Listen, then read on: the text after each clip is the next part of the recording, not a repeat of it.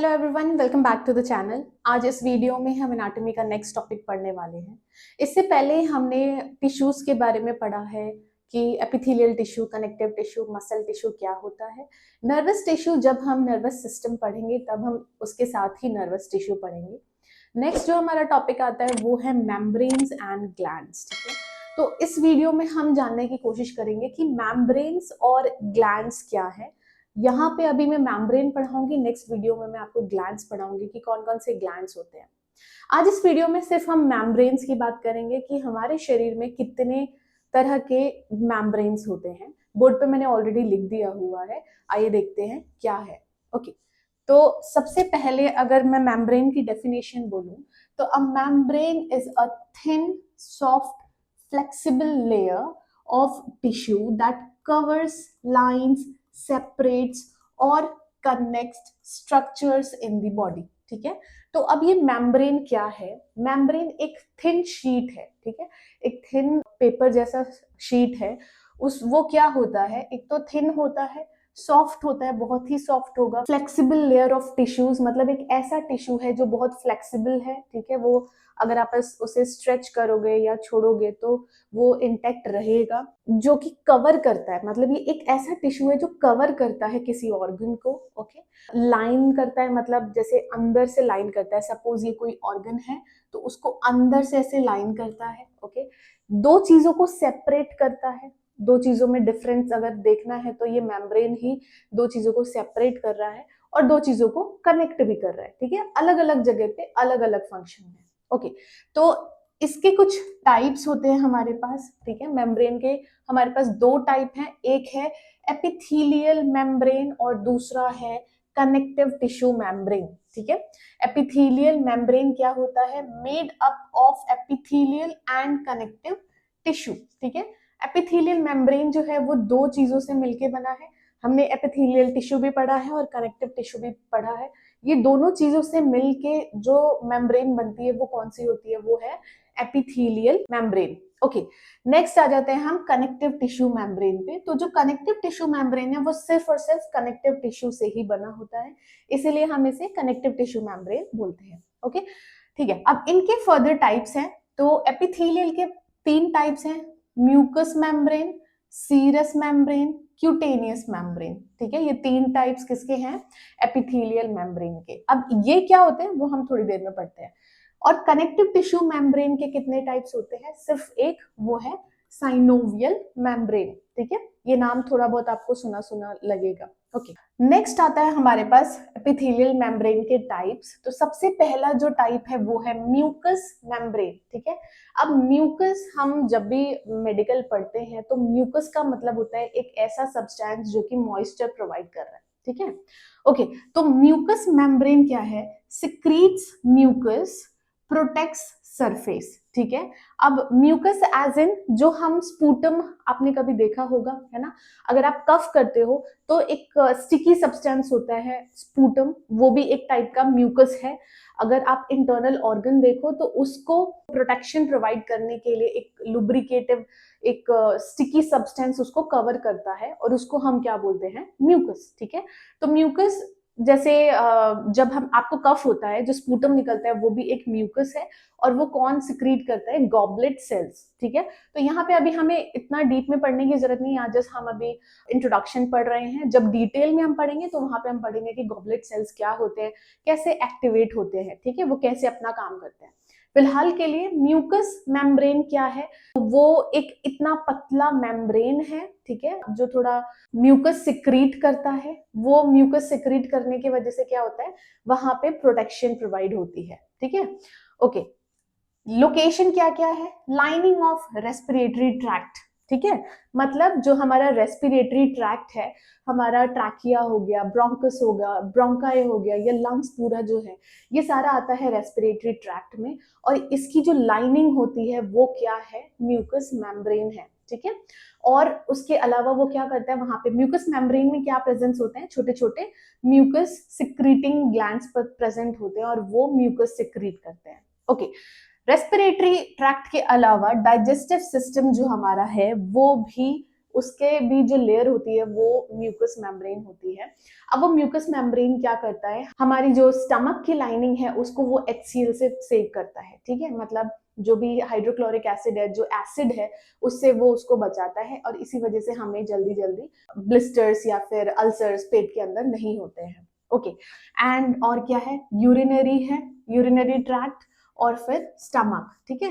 तो डाइजेस्टिव में ही स्टमक आ जाता है, अलग से लिखने की जरूरत नहीं है। अगर आपको लिखना हो तो डाइजेस्टिव के अंदर ही ब्रैकेट डाल के आप स्टमक लिख सकते हो, और रेस्पिरेटरी के अंदर आप रेस्पिरेटरी ट्रैक्ट लिख सकते हो इसको, ठीक है, रेस्पिरेटरी ट्रैक्ट।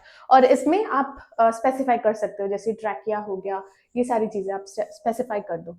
ओके, नेक्स्ट आता है हमारे पास सीरस मेम्ब्रेन, ठीक है। सीरस मेम्ब्रेन क्या होता है, सिक्रीट्स सीरस फ्लूइड्स, ठीक है। तो ये एक ऐसा मेम्ब्रेन है जो क्या करता है, सीरस फ्लूइड सिक्रीट करता है, रिड्यूसेस फ्रिक्शन, ठीक है, मतलब वहां पे फ्लूइड इसलिए होना चाहिए ताकि फ्रिक्शन नहीं हो, दो चीजें आपस में घिसे नहीं, ठीक है। लोकेशन क्या क्या है, लाइंस क्लोज्ड बॉडी, ठीक है, मतलब जो भी अंदर क्लोज बॉडीज जितने भी हमारे ऑर्गन्स हैं उनको लाइन करता है, जैसे कि प्लूरा, पेरिकार्डियम, पेरिटोनियम। अब ये तीन चीजें हमने पढ़ी, प्लूरा, पेरिकार्डियम, पेरिटोनियम। अब सबसे पहले मैं आपको बताती हूँ कि सीरस मेम्ब्रेन होता क्या है और वो कैसे किसी ऑर्गन को कवर करता है। ओके, तो यहां मैं एक छोटा सा डायग्राम बना रही हूँ। ओके, ये कुछ इस टाइप का एक सीरस मेम्ब्रेन हो गया, ठीक है, और ये कोई भी सपोज ऑर्गन है, यहाँ पे ये कोई भी ऑर्गन है। ओके, तो ये जो कवरिंग है, ये जो पहला लेयर होता है, आउटर लेयर होता है, उसको हम बोलते हैं पेराइटल लेयर, ठीक है। तो जो सीरस मेम्ब्रेन है किसी भी ऑर्गन को जो पूरी तरीके से कवर करता है, सो दैट उसको एक सपोर्ट मिले, उसमें फ्लूइड रहता है ताकि वो फ्रिक्शन नहीं हो, दोनों जो चीजें वो घिसे नहीं, दो ऑर्गन्स आपस में घिसे नहीं। जैसे हम लंग्स की बात करें तो लंग्स सपोज सीरस मेम्ब्रेन ने पूरा कवर कर रखा है, ये होता है पेराइटल लेयर, ठीक है। अंदर वाली जो लेयर होती है इंटरनल लेयर, इसको हम बोलते हैं विसरल लेयर, यहाँ पे लिखा है विसरल लेयर, ठीक है। जो ये कैविटी है इसको हम बोलते हैं सीरस कैविटी, और इसके अंदर एक फ्लूइड प्रेजेंट होता है, उसको हम बोलेंगे सीरस फ्लूइड, ठीक है, और ये कोई भी ऑर्गन है। ओके, तो आई होप आपको ये समझ में आ गया हो कि ये पूरा पोर्शन जो है ये क्या है, सीरस मेम्ब्रेन है। सीरस मेम्ब्रेन की आउटर लेयर को हम बोलते हैं पेराइटल लेयर, जो अंदर की लेयर होती है उसको बोलते हैं विसरल लेयर, अंदर जो कैविटी होती है उसको हम बोलते हैं सीरस कैविटी, एंड इसमें जो फ्लूइड प्रेजेंट होता है उसको हम बोलते हैं सीरस फ्लूइड, ठीक है। अब यहाँ पे हमने तीन चीजें पढ़ी, प्लूरा, पेरिकार्डियम, पेरिटोनियम। अब ये तीन अलग अलग ऑर्गन की बात हो रही है, ठीक है। सीरस मेम्ब्रेन अगर लंग्स के आसपास प्रेजेंट हो तो उसको हम क्या बोलते हैं, प्लूरा, ठीक है। लंग्स के अगर आसपास हो उसको हम क्या बोलेंगे, प्लूरा।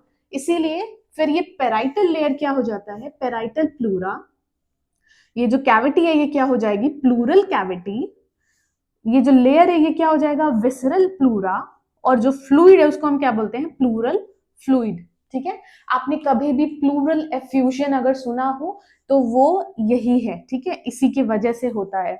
ये जो प्लूरल फ्लूइड है ये नॉर्मली 10 to 20 ml होना चाहिए, ठीक है। लंग्स के आसपास कितना अमाउंट ऑफ फ्लूइड होना चाहिए, 10 to 20 ml, ठीक है।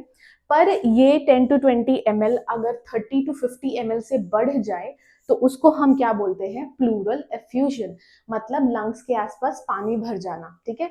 यूजुअली कॉमन लैंग्वेज में हम बोलते हैं लंग्स में पानी भर जाना, ठीक है। तो वो यही है प्लूरल एफ्यूजन, और किसकी वजह से हो रहा है, प्लूरल फ्लूइड बढ़ जाने की वजह से हो रहा है, ठीक है।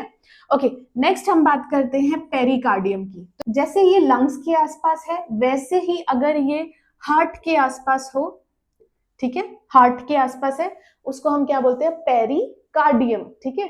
और वहां पे कितना अमाउंट ऑफ फ्लूइड होता है, 20 to 60 ml, ठीक है।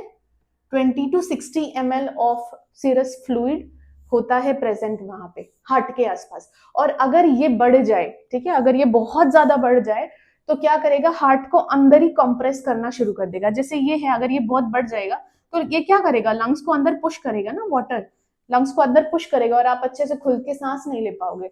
वैसे ही अगर हार्ट में भी बहुत ज्यादा फ्लूइड बढ़ जाता है, उसको हम पहले उसमें तो पेरिकार्डियम एडिमा बोलते हैं, और फिर अगर वो लाइफ थ्रेटनिंग हो जाए तो उसको हम कार्डियक टेम्पोनेड बोलते हैं। ठीक है, ये सारी चीजें हम जब डिसऑर्डर्स पढ़ते हैं हम तब पढ़ेंगे, लेकिन फिलहाल के लिए बस ये है कि अगर ये अमाउंट अगर बढ़ जाता है तो क्या होगा, पेरिकार्डियम एडिमा और हार्ट को दिक्कत होगी। ठीक है, हार्ट पंप नहीं कर पाएगा अच्छे से, क्योंकि आसपास पानी की वजह से हार्ट पे क्या हो रहा है, प्रेशर लग रहा है।